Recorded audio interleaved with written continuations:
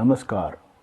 दशहरे के पावन अवसर पर बुराई पर अच्छाई की जीत का संदेश देते हुए मैं Yogendra Singh T digital news से आपका फिर से एक बार स्वागत करता हूँ। जय जवान जय किसान, यह नारा तो आपने बहुत सुना होगा और समय समय पर सभी पार्टियां इसका उपयोग अपने वोटरों को लुभाने के लिए करती आई हैं।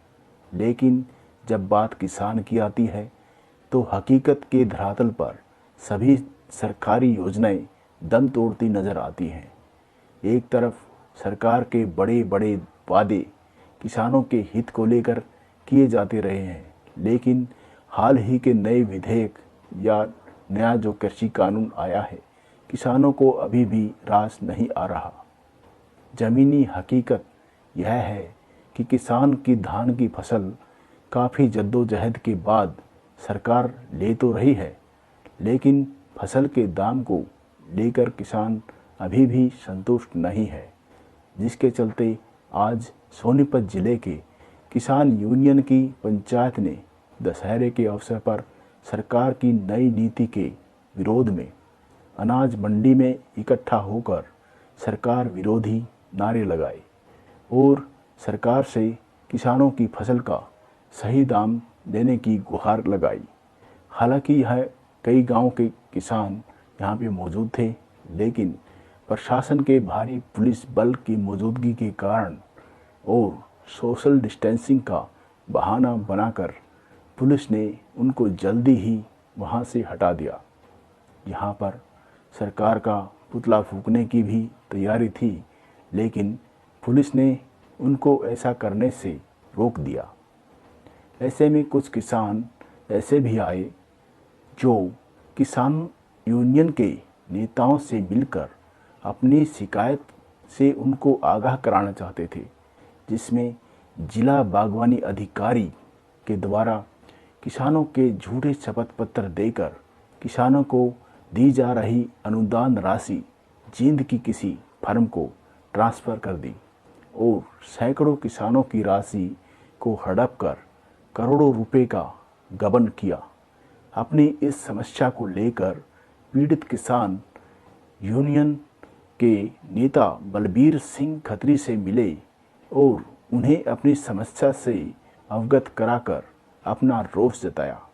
हमारे संवाददाता ने उन पीड़ित किसानों से मिलकर उनके समस्या के बारे में उनसे बात की, जिससे उनके कुछ अंश हम आपको दिखा रहे हैं। लेकिन हम अपना अधिकार मांगना किसानों बंद नहीं करेंगे, इसलिए किसान एकता जिंदाबाद जिंदाबाद जिंदाबाद। किसान विरोधी काले कानून रद्द करो रद्द करो रद्द करो। हम अपना अधिकार मांगते नहीं, किसी से भीख मांगते। इंकलाब जिंदाबाद जिंदाबाद जिंदाबाद।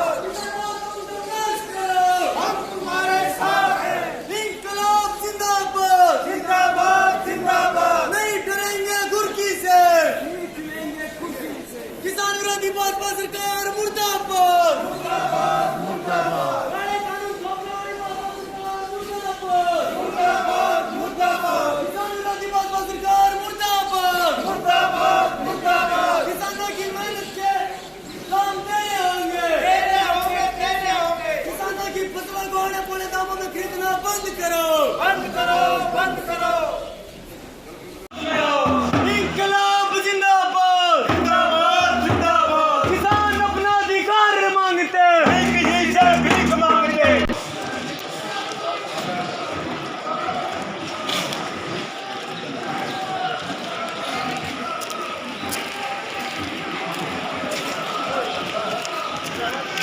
मेरा नाम पुनीत दैया है। मैं गांव पिपली का रहने वाला हूं। मैंने बागवानी विभाग में अपना मल्चिंग पेपर लगवाने के लिए अप्लाई किया था, लेकिन ना तो सरकार की तरफ से मुझे कोई राहत कोष मिला, ना मुझे कुछ अनुदान मिला। मैंने हॉर्टिकल्चर विभाग में जाके पता किया, वहां पता चला कि आपके पैसे तो आ चुके हैं। बाद में लिस्ट देखी तो उसमें मेरा नाम भी आया हुआ था, लेकिन मेरे खाते में कोई पैसा नहीं आया। बागवानी विभाग के अधिकारियों ने मिलकर किसी जींद में कोई कंपनी थी, उसके नाम सारा पैसा ट्रांसफ़र करवा दिया और मेरे अनुदान में जो पैसा आना था वो मेरे पास नहीं आने दिया। ये सरकार जो किसानों के हित के लिए बड़े बड़े दावे करती है कि हमने किसानों के लिए ये किया, किसानों के लिए वो किया, लेकिन ये जो आला अधिकारी हैं वो कुछ नहीं करने देते, सब कुछ ऊपर की ऊपर ही खा जाते हैं, किसानों के पास कुछ नहीं पहुंचने देते। इसका लाभ किसानों के बजाय अधिकारियों को मिलता है। अधिकारियों को मासिक वेतन तो मिलता ही मिलता है, लेकिन उसके साथ साथ वे ऊपर ही ऊपर अपने खर्चे और कहीं से निकाल रहे हैं।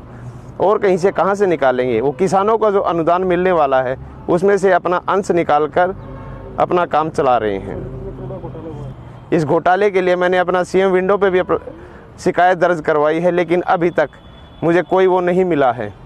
मैं सरकार से और सभी किसान भाइयों से निवेदन करता हूं कि इसकी तह तक जाया जाए और मुझे इसका इंसाफ दिलवाया जाए, और जो अधिकारी पैसा खा रहे हैं उनके को रोका जाए कि बाकी किसी और अधिकारी का पैसा ना खाएं।